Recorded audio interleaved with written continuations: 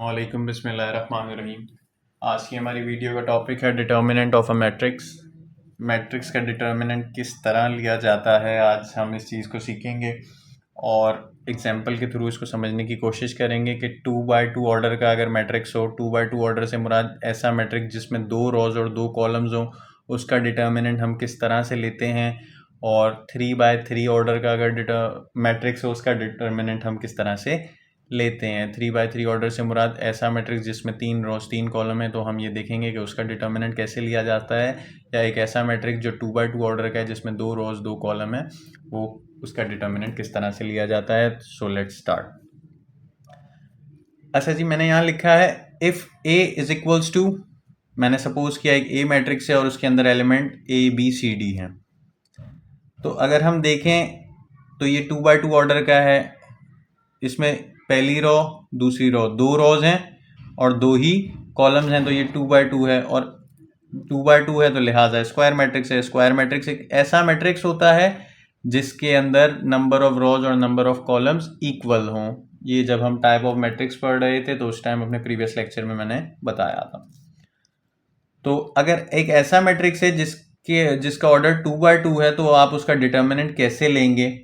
तो डिटर्मिनेंट लेने के लिए ये साइन, हम इसको इस तरह से रिप्रेजेंट करते हैं डिटर्मिनेंट को। तो ये ए का डिटर्मिनेंट ले रहा हूँ, तो ये मैंने मॉड टाइप के ये साइन बना दी है, ये रहा डिटर्मिनेंट का साइन है, सही है। उसमें कैपिटल ए है और उसको किस तरह से लिया जाएगा। अच्छा, ये स्क्वायर ब्रैकेट अब किस में बदल जाएंगे, इसी डिटर्मिनेंट के साइन के अंदर, मतलब ये स्ट्रेट लाइंस बिल्कुल ना, ए बी सी डी ऐसे लिख दिया। अच्छा, 2 बाय 2 ऑर्डर का है तो इसमें किस तरह से लिया जाता है 2 बाय 2 ऑर्डर का डिटर्मिनेंट, वो देखें।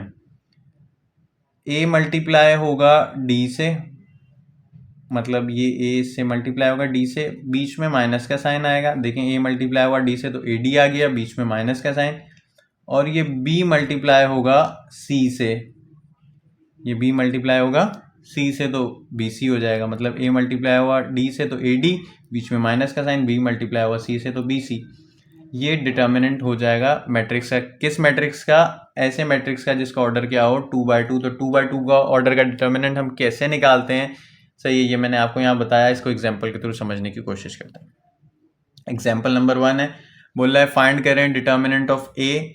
जब आपको एक मैट्रिक्स ए दिया हुआ है और उसके एलिमेंट्स हैं 3 1 5 8, तो ये देखें ये 2 बाय 2 ऑर्डर का है, 2 रोज़ हैं और 2 ही कॉलम है। तो जब भी 2 बाय 2 ऑर्डर का मैट्रिक्स हो तो उसका डिटर्मिनेंट इस तरह से निकलेगा जैसे ये मैंने अभी ऊपर बताया। एग्जाम्पल के थ्रू वापस से इसको समझ रहे हैं। तो मैंने determinant of A is equals to, ये स्क्वायर ब्रैकेट हट गए और यहाँ पर डिटर्मिनेंट वाले लाइन आ गई हैं बिल्कुल स्ट्रेट। 3 1 5 8 एज इट इज़ उसके अंदर लिख दिया है। तो मैंने कहा था ये वाली चीज़ ए होती है, ये बी होता है, ये सी होता है, ये डी होता है। तो ए मल्टीप्लाई होगा डी से, तो मतलब 3 मल्टीप्लाई होगा 8 से। देखें, ए मल्टीप्लाई होता था डी से, तो मतलब 3 मल्टीप्लाई होगा डी से, तो 3 multiply by 8, 3 multiply by 8, minus का साइन बीच में आता है और जो है बी मल्टीप्लाई होता है सी से, इसका मतलब 1 मल्टीप्लाई बाय 5। तो 3 8 ज़ा 24, बीच में माइनस का साइन, 1 5 ज़ा 5 हो गया, 24 में से 5 गया तो 19 आ गया। इसका मतलब ये हो कि इस मैट्रिक्स का डिटर्मिनेंट जब हमने लिया तो उसका आंसर हमें कितना मिला है, 19 मिला है।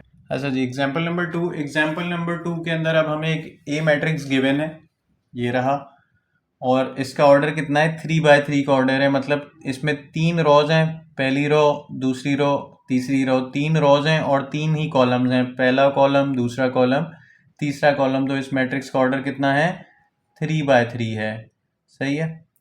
3 बाय 3 है, मतलब number of rose number of column बराबर हैं, तो इसका मतलब ये भी कौन सा मैट्रिक्स है, स्क्वायर मैट्रिक्स है,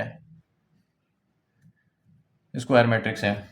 अच्छा, 2 बाय 2 का डिटर्मिनेंट किस तरह से लेते हैं, 2 बाय 2 मैट्रिक्स का डिटर्मिनेंट वो हम ऊपर एग्जाम्पल नंबर 1 में समझ चुके हैं। अब 3 बाय 3 के मैट्रिक्स से अगर आपने डिटर्मिनेंट लेना हो तो किस तरह से लेंगे। तो फाइंड डिटर्मिनेंट ऑफ ए बोल रहा था, तो मैंने यहाँ डिटर्मिनेंट ऑफ ए लिखा। ये मैट्रिक्स था, इसका सबसे पहला एलिमेंट आपने उठाना है, सबसे पहला एलिमेंट था 3, तो मैंने यहाँ लिख दिया 3। अच्छा, अब मैं आपसे बोलूँ 3 किस रो में आ रहा है और किस कॉलम में आ रहा है, तो आप बोलेंगे इस रो में आ रहा है 3। ये देखें, इस रो का एलिमेंट है, पहली रो का एलिमेंट इस रो में आ रहा है और इस कॉलम में आ रहा है। तो अब आपने क्या करना है, ये पहली रो जिसमें 3 आ रहा हो तो फर्स्ट रो और फर्स्ट कॉलम को हटा देना है, भूल जाना है, बाकी जो बच रहा हो उसको लिख देना है। तो बाकी बच रहा है 4315। तो ये देखिए मैंने ये डिटर्मिनेंट वाला साइन बनाया, इस रो को और इस कॉलम को हटा दिया था, तो ये हो गया 4315, मैंने लिख दिया 4315। अच्छा, उसके बाद रेसिप्रोकल साइन चलते हैं, ठीक है। पहला पॉजिटिव, दूसरा नेगेटिव, तो ये माइनस का साइन लगाना है मेथड का। फिर दूसरा एलिमेंट उठाना है, दूसरा एलिमेंट था इसका 1, तो मैंने यहाँ 1 लिख दिया। अब आपसे पूछूं कि 1 किस रो में आ रहा है, किस कॉलम में आ रहा है, तो आप बोलेंगे 1 इस रो में आ रहा है, तो इस रो को हटा देना, ठीक है। और इस कॉलम में आना है तो इस कॉलम को हटा दिया, तो पीछे बच रहा है 2335। तो ये देखिए मैंने लिख दिया 2335, ये इस रो में आ रहा था 1 और इस कॉलम में आ रहा था, तो 2335 बच रहा था, वो मैंने यहाँ लिख दिया। अच्छा, पहला देखो पॉजिटिव, फिर नेगेटिव, फिर पॉजिटिव का प्लस का साइन, मतलब प्लस का साइन, माइनस का साइन, फिर प्लस का साइन है। अब तीसरा एलिमेंट उठाना है आपने, तीसरा एलिमेंट था 5, आपने 5 लिख दिया। अब मैं आपसे पूछूं 5 किस रो में आ रहा है, किस कॉलम में आ रहा है, तो आप बोलेंगे इस रो में आ रहा है 5, ये रहा, देखो इस रो का मेंबर है, इस रो में आ रहा है और इस कॉलम में आ रहा है, तो इस रो इस कॉलम को हटा दो, पीछे बच रहा है 2431। तो मैंने यहाँ पर ये स्ट्रेट लाइन की तरह ये बनाया डिटर्मिनेंट वाले साइन 2431, ये 5 को हटाने के बाद यहाँ लिख दिए। अच्छा, उसके बाद ये 3 एज इट इज लिखा हुआ है, वही चीज़ जैसे हम लोग 2/2 में करते थे, क्रॉस मल्टीप्लीकेशन होती है, 4 मल्टीप्लाई बाय 5, 4 5 ज़ा 20, बीच में माइनस का साइन, 3 1 ज़ा 3, ये माइनस का 1 ऐसे ही लिखा हुआ है, फिर ब्रैकेट 2 5 ज़ा 10, मतलब ये इस तरह ऐसे, 2 5 ज़ा 10 माइनस 3 3 ज़ा 9, फिर प्लस का 5 एज इट इज, और फिर राउंड ब्रैकेट 2 1 ज़ा 2, बीच में माइनस का साइन, 3 4 ज़ा 12। इसके बाद जब हमने इसको सिंप्लीफाई किया पूरा, तो यहाँ से हमारे पास इसका डिटर्मिनेंट मिला हमें 0। और किसी भी मैट्रिक्स का अगर डिटर्मिनेंट 0 आ जाए तो इसका मतलब ये होता है कि therefore matrix A is called singular. अगर किसी भी डिटर्मिनेंट का मैट्रिक्स किसी भी मैट्रिक्स का अगर आप डिटर्मिनेंट ले रहे हैं और उसका डिटर्मिनेंट 0 आ जाए, तो इसका मतलब ये है कि वो मैट्रिक्स सिंगुलर मैट्रिक्स है, और सिंगुलर मैट्रिक्स का inverse A inverse find out हम नहीं कर सकते। तो मैंने आपको ये चीज़ बताई कि कभी भी आप किसी मैट्रिक्स का डिटर्मिनेंट ले रहे हैं और उसका डिटर्मिनेंट अगर 0 आ जाए, तो इसका मतलब ये होता है कि वो मैट्रिक्स सिंगुलर मैट्रिक्स है, और सिंगुलर मैट्रिक्स का जो है हम ए इनवर्स फाइंड आउट नहीं कर सकते। अब आप सोच रहे होंगे ए इनवर्स क्या चीज़ है, तो वो ए इनवर्स हम आगे अपने अपकमिंग लेक्चर के अंदर इंशाल्लाह उसको डिस्कस करेंगे। अच्छा, डिटर्मिनेंट के हवाले से कुछ इंपॉर्टेंट प्रॉपर्टीज़ हैं, तो उसको भी ज़रा गो थ्रू कर लेते हैं। Important properties of determinant: if A is any square matrix, then determinant of A is equals to determinant of A transpose। बोल रहा है, पहली प्रॉपर्टी बोल रही है कि एक मैट्रिक्स A है और वो स्क्वायर मैट्रिक्स है, मतलब एक मैट्रिक्स आपको दिया हुआ है और वो स्क्वायर मैट्रिक्स है, मतलब उसमें नंबर ऑफ रोज और नंबर ऑफ कॉलम बराबर हैं, तो स्क्वायर मैट्रिक्स है। तो फिर अगर आप पहले डायरेक्ट उस मैट्रिक्स का डिटर्मिनेंट ले लो, उस ओरिजिनल मैट्रिक्स का डिटर्मिनेंट ले लो, या फिर उस मैट्रिक्स को ट्रांसपोज करके उसका डिटर्मिनेंट ले लो, दोनों बराबर आएंगे।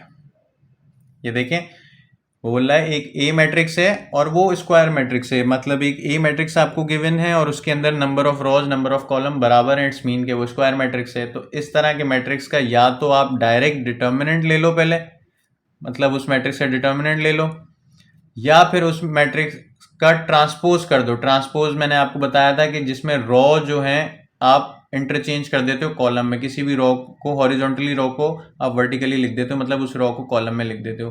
तो वो बोल रहा है कि ऐसे मैट्रिक्स जो स्क्वायर मैट्रिक्स है, आप उसका पहले डिटर्मिनेंट ले लो या फिर उसका ट्रांसपोज कर लो, फिर डिटर्मिनेंट ले लो, हमेशा आंसर क्या आएगा, सेम आएगा। ये देख सकते हैं, ओरिजिनल का डिटर्मिनेंट ले लो या फिर उसको ट्रांसपोज करके फिर उसका डिटर्मिनेंट ले लो, हमेशा दोनों क्या होंगे, इक्वल होंगे। पहली प्रॉपर्टी हमें ये बता रही है।